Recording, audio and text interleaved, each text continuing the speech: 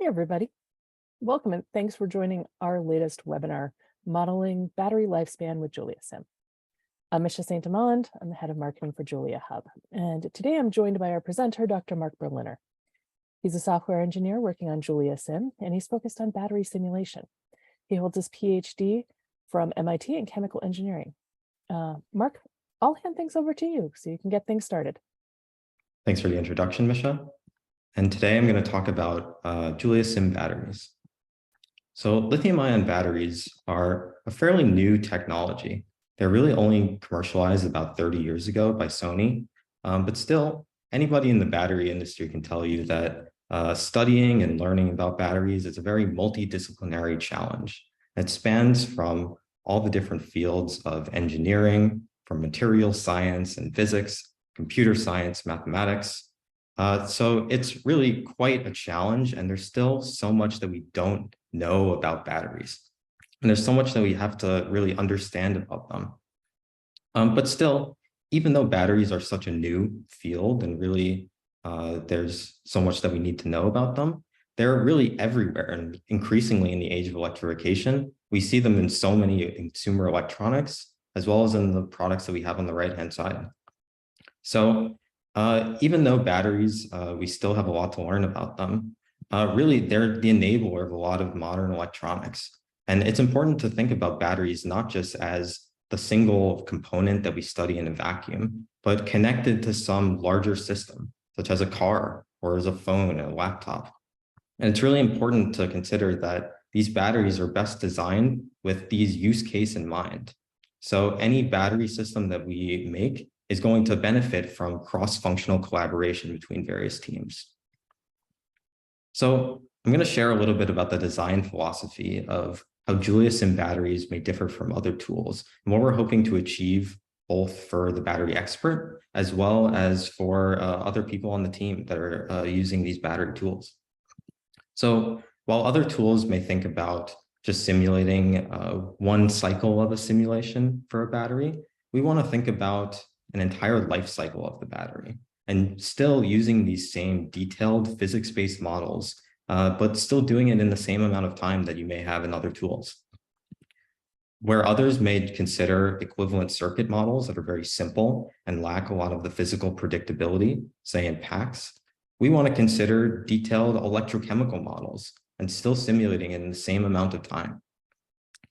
Whereas others may consider just single batteries, we know as a battery community that it's really insufficient to just think about maybe one or two batteries, because we know from manufacturing that there's a large cell-to-cell variation. So we want to consider what is the performance of many types of batteries and many kinds of battery defects that we may have arise both in packs and on the cell level. So with JuliaSim batteries, we really want to take a big focus on these physics-based electrochemical models. So starting with the pseudo two-dimensional Doyle-Fuhr-Newman model, or the DFN, this is really the cornerstone of a lot of our modern battery simulations. And we also have options for single particle models, which is a 1D model, and bridging the complexity between the DFN and the SPM is this SPME with including the electrolyte 1D diffusion of the electrolyte into the single particle model. And this has a lot of the predictive capabilities of the DFN model, but closer to the computational complexity of an SPM. So to ensure that our models are accurate and they're very fast, we discretize the system of partial differential equations using the finite volume method. And where appropriate in our system, we use spectral methods that can still consider things like nonlinear diffusion. So in all of these scales of models, from the DFN to the SPM, we have thermal and degradation submodels, which can be plug and play, in which you can scale up from, say, the most basic SPM all the way up to the DFN. So you can change out your model in any use case if there's additional computational costs that you may need to worry about. So with this, we have a baseline of parameter sets, including NMC, LFP, and LCO. And users can also define their own chemistry sets for their system. And because this is on a platform, this JuliaSim platform, all of these models that we have can operate on the cell level, on the level of modules, as well as the pack level. And we can seamlessly connect batteries together to create larger systems, as well as with other tools. So there's a really big advantage of being on a platform. So batteries cannot just be studied in isolation. We really have to consider how they work with other teams, which may not be battery focused, as well as how we can optimize and how we can control these systems. So say if you're on the battery team, you may want to focus on really getting the best battery possible. So making sure your battery fits your data with optimization or parameter estimation, as well as maybe tweaking a few parameters that you may have in your system in order to get the best performance. You may hand that off to your HVAC system, which is concerned about cooling this battery, but is not super focused on the detailed physics of the battery. But still, with this platform, we can have this cross-functional collaboration between teams. From there, they may work with the controls team in order to get the optimal cooling algorithm. And from there, we can send it off to make a high-performance surrogate.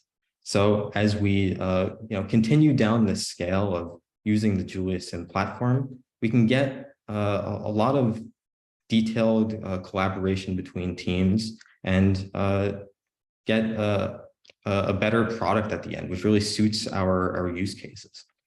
So really the cornerstone of this product is that it's built on the Julia programming language, which is a high performance and modern computing language, as well as the scientific machine learning or SciML stack. So the benefits of something like scientific machine learning is it combines the gold standard of traditional physics-based models with a lot of the new and recent advances in machine learning. So in the battery modeling community, there are still many things that we really do not fundamentally understand how to write down with an equation. So these are things like, what is the appropriate degradation mechanisms in a lot of the parts of the battery, as well as how do we perform at really extreme temperatures, such as low temperatures and very high temperatures. So with these models that we've been developing, and a lot of the data that we've been collecting from cycling of batteries, we can combine these two and make a hybrid model, which combines this data-based approach and machine learning-based approach with this physics-based approach. And the result is that we have tools which are able to simulate both the understandings we have from traditional physics-based modeling, as well as gain the insights of this database. So before I move on, I'm just going to pause really quickly and see if there are any questions from the audience.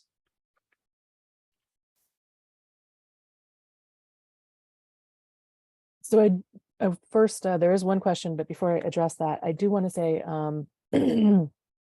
I just want to confirm the other question that's been asked by a couple of folks is, will the material and the presentation be available after the event? And yes, we will email you a recording in the next day or so of this webinar, so everyone can have it and look through it. And if Marc references anything else or has any links or things, we'll include those too. Marc, okay, the next question I have is, can a user specify functions for non-linear diffusion or asymmetric reactions?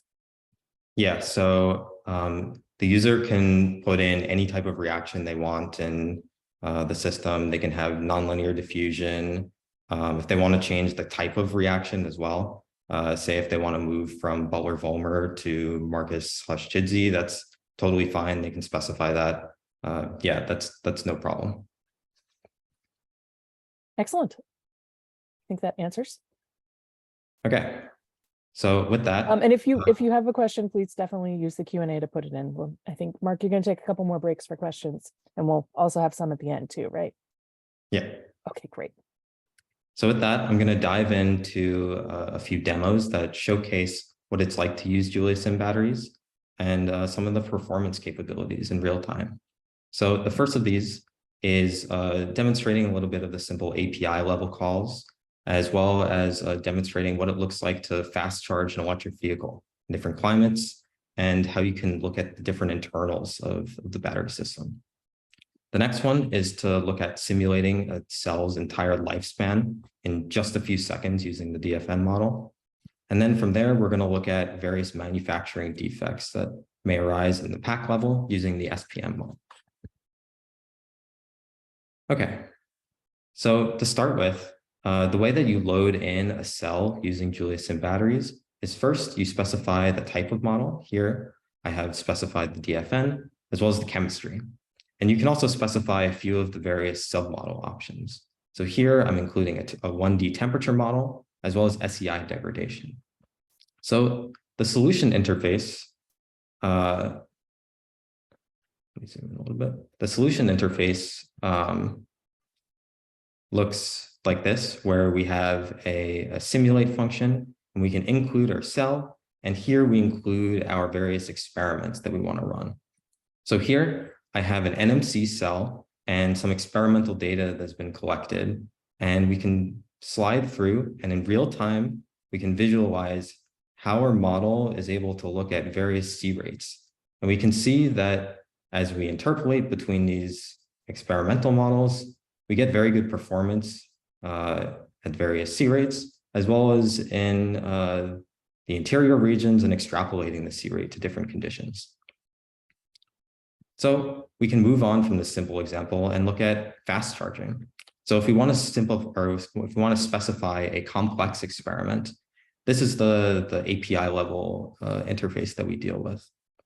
So first, we want to do a CC-CV charge at some C rate and hold it at a voltage of 4.2 volts. So again, we specify this exact same experiment interface, and from here we can get our solution. So we can vary what is the C rate that we charge this at. And again, in real time, we can see what is the performance of our system with the DFN model, as well as changing the ambient temperature and seeing what is the type of behavior that we get for our fast charge. So we can look at other inputs and other outputs of our system. We can change the C rate and observe how this affects our current. We can look at the temperature and see what changing the ambient temperature looks like for our system and for the entire simulation. And from there, we don't just have to look at the simple inputs and outputs of our system. We can also view inside of the cell. So if we want to consider different, say, parameters for a system, different design parameters, maybe we want to look at what happens if we change some of the thicknesses in our section of our battery. So let's say we have the same fast charge simulation, and we want to look at changing the thicknesses of the anode, of the separator, and the cathode. So here, as I change this sliding scale, you can observe on the plots on the right that the section all the way on the left increases. And what this is it increases the thickness of our anode section. We can do this with all the different sections, and we can change the time span to observe what happens with our electrolyte concentration for this particular temperature and this C rate. So we can look at not just the concentration, but also the potential profile in both the electrolyte and the electrodes. And we can see what happens if we were to simply just change this thickness in a very simple and easy way. And the benefits of this platform is that it's fully parameterized, it's very fast, so we can do these in real time, and it's very amenable to real-time performance and optimization. So the next example I'm going to show is a fast charging example over the lifetime of a battery. So here, if we want to look at an entire life cycle, we can specify the entire experiment list with just a simple list of protocols, and then repeat this list over, say, 350 cycles or so. So this example I have right here is a 4C charge into CV hold, and then we rest. We discharge it at a C rate of C/2, followed by another rest. So if we repeat this over 350 cycles, we get this type of profile. So we can scan through the various cycle numbers. We can observe what happens as we increase our cycle and our state of health decreases. We can observe that the temperature decreases as we increase the cycles. The overall time span of our simulation decreases. But maybe we are not so satisfied with the entire charge cycle or charging protocol that we've specified. Maybe we want something that's a little bit faster. So what we can do actually is we can do a new type of charging protocol. So I'm going to show one of them called boost charging, whereas we apply a short CV hold at the beginning of charge, and we continue on with the rest of charge after that period.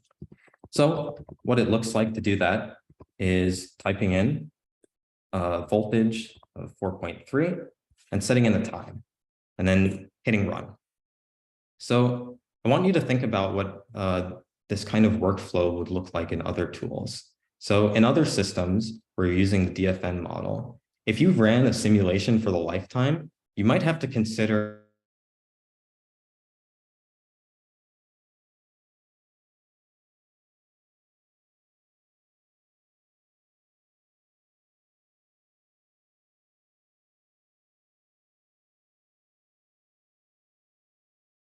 capable of doing the entire life cycle of a battery in just a matter of seconds or so. And with that, the entire simulation is done for the entire 350 cycle of our system. And again, this is a pretty extreme conditions that we're setting ourselves to. So just getting a C rate of 100, even for a very short amount of time, is an extremely difficult thing to do. If you're a battery expert or have used battery models, you know that they are difficult beasts to tame, and they can be quite computationally expensive and quite difficult to converge.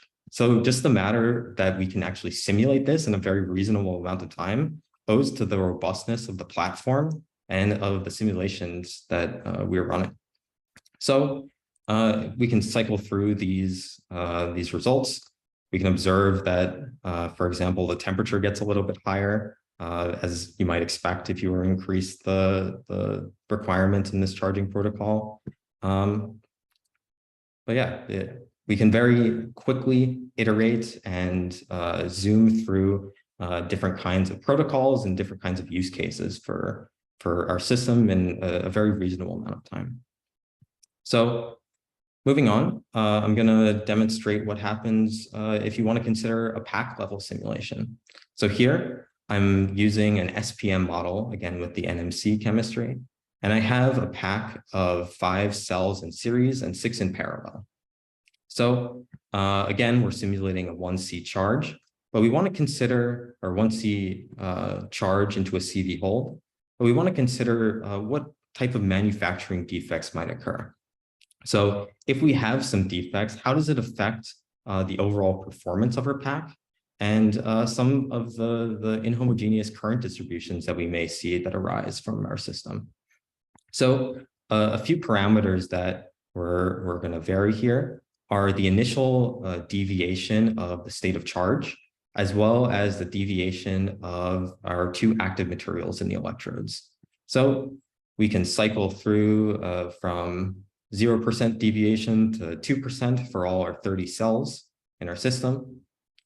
We can specify some distribution for our anode active material as well as for our cathode. And now we can visualize what happens with our plot as we change these various input parameters.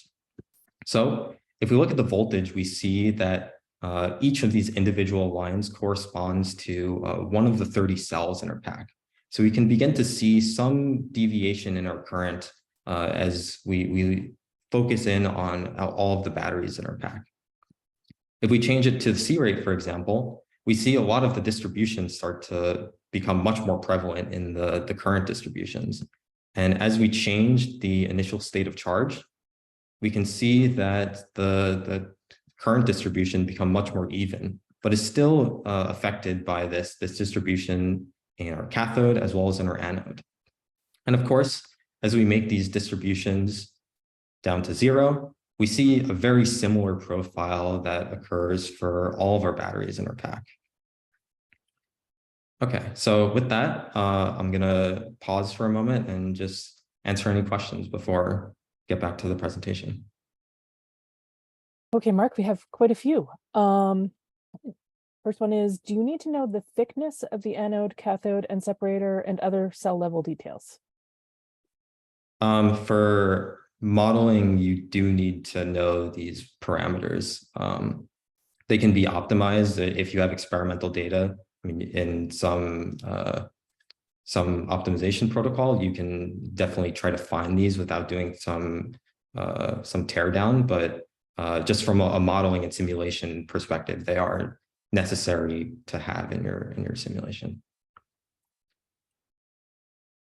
Okay, next question. Fast charging typically uses dynamic current profiles. Can you input a vector of current measurements? Yeah, that's totally fine. You can simulate a drive cycle. You can simulate a variable current profile. That's no problem. Great. Is transference number considered an usable lithium inventory? Yes, so we do have a transference number. You can make it a function of the concentration or the temperature. If there are any other parameters or any other states that you would have it be dependent on, or you would like it to be dependent on, it's not a problem of making that happen. It's just a matter of writing it down and getting it in the model, really. I have two more. Are you able to show internal resistance growth for beginning of life and end of life cells? Yes. So maybe not in this framework, just because I have limited the number of outputs, but yeah, that's very easy to show. You can just look at it's very possible. There are a slew of different outputs that you can actually see. I can show actually right here. So if I get all the states in the batteries, there's a slew of different ones that we can show as a function of time, or just which may be parameters for our system. Okay, two more, and then I'm gonna wrap up this section of questioning. Are you taking into account cell formats and cell heat transfer coefficients, thermal boundary conditions? Yeah, so right now we're using a 1D model. So we do have heat transfer coefficients that affect the current collectors. So, or at this edge between the current collectors and the cell. So those can be different. You can change them freely. Right now we are limited somewhat in this temperature modeling.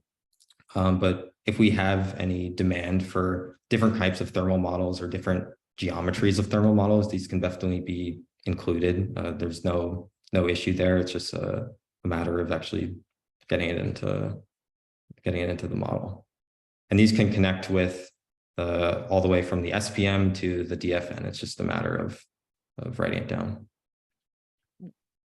Okay, one more. Do the pack models I think we may have covered a little bit of this. Do the pack models consider contact resistances?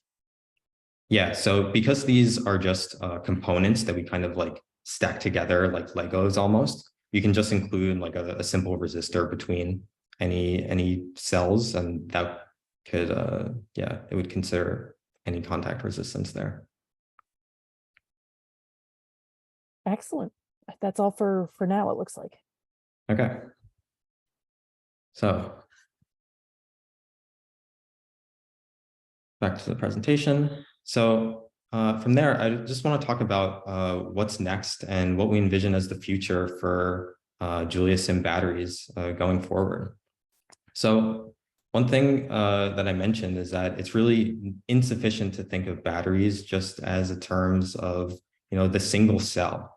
So what we're really interested in doing is bringing these uncertainties in manufacturing, such as in the thicknesses and in the active materials, and showing how this really affects your degradation. So we're developing tools to consider, okay, what is the confidence level that we can say for our end of life for not just one battery, but for all the batteries that may arise from manufacturing. And when we do this system, we're not just thinking about very simple use cases. We're not thinking about really simple models. We want to directly consider really complex charge and discharge cycles. So for example, in this process we have right here, we're looking at a CCCV fast charge. And still, even considering these various parametric distributions, we can look at what is the life cycle of our total state of health with no problem. Another thing that we're really interested in is not just looking at the traditional CCCV charging, but expanding this to consider a lot of different operating modes that are possible, even with really complex models. So in this example that I have on the left, we have a simulation that uses CCCV, but also a new kind of simulation that considers an input for the plating over potential.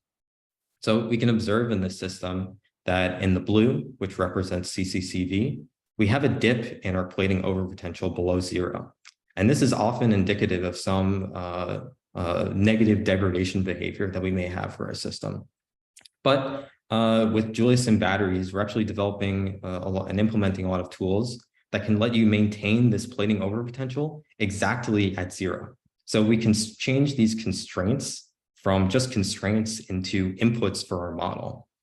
And the way that we do this, its computational cost is roughly the same as just a CCCV simulation. It's really not that much more complex. It's not using model predictive control. It's just straight simulation. And additionally, we can consider a lot of different kinds of degradation mechanisms or degradation surrogates, such as temperature and capacity fade, rate of change, as well as maybe some maximum or minimum concentrations.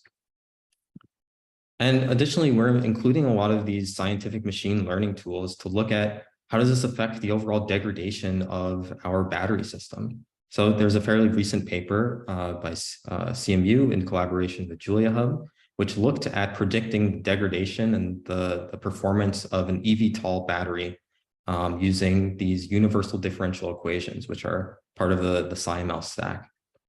And these were able to predict how these batteries looked at cycle 800 by using machine learning to predict the degradation profile. And as you can see, we get pretty good performance and performance which is not really capable to get using just standard physics-based modeling.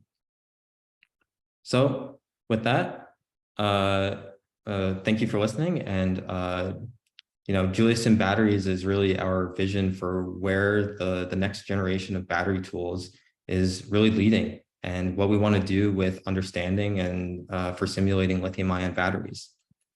So the JuliaSim platform, which is the foundation for JuliaSim batteries, is where we see a lot of cross-functional collaboration and use between various teams. So I've showed a few examples, including the ability to estimate the entire lifespan of a battery in just a matter of seconds using the detailed Doyle-Fuller-Newman model, as well as the ability to simulate packs with defects using physics-based battery models. And in short, we want to enable you to do more in less amount of time. So with that, thank you for your attention, and I'm happy to answer any questions. Okay, I have a few that have come in. First off, if you use the machine learning for battery degradation, how many cycles did you need to perform experimentally? I believe the one in the paper used a few hundred, but I'm not 100% sure on how many cycles they use exactly. But I can get back to you on that point. Okay. Are we able to see the background calculations that are used to do these simulations? Yeah, so the calculations here are just the partial differential equations for the DFN model or the SPM model. I mean, we're not really simplifying these in any way. These are the direct PDEs that we're solving. So I mean, there's many literature that have gone into details, but yeah, happy to follow up with some papers that demonstrate these models and submodels.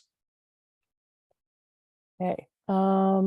How does the battery connect with other components like a HVAC system? Yeah, so because we consider the battery as just a component, the inputs or the ports to our system are simply a positive terminal, a negative terminal, which can connect with other electrical components. And then for thermal components, we have these temperature ports. So these are like the contact ports that you may have on certain sides of the batteries, as well as for an HVAC system, it may connect like the heat transfer coefficient, what is the temperature, like the absolute temperature that you're looking at. So the entire JuliaSim stack and modeling toolkit is designed to enable these very simple connection of pieces. So it's just built into the stack in that way.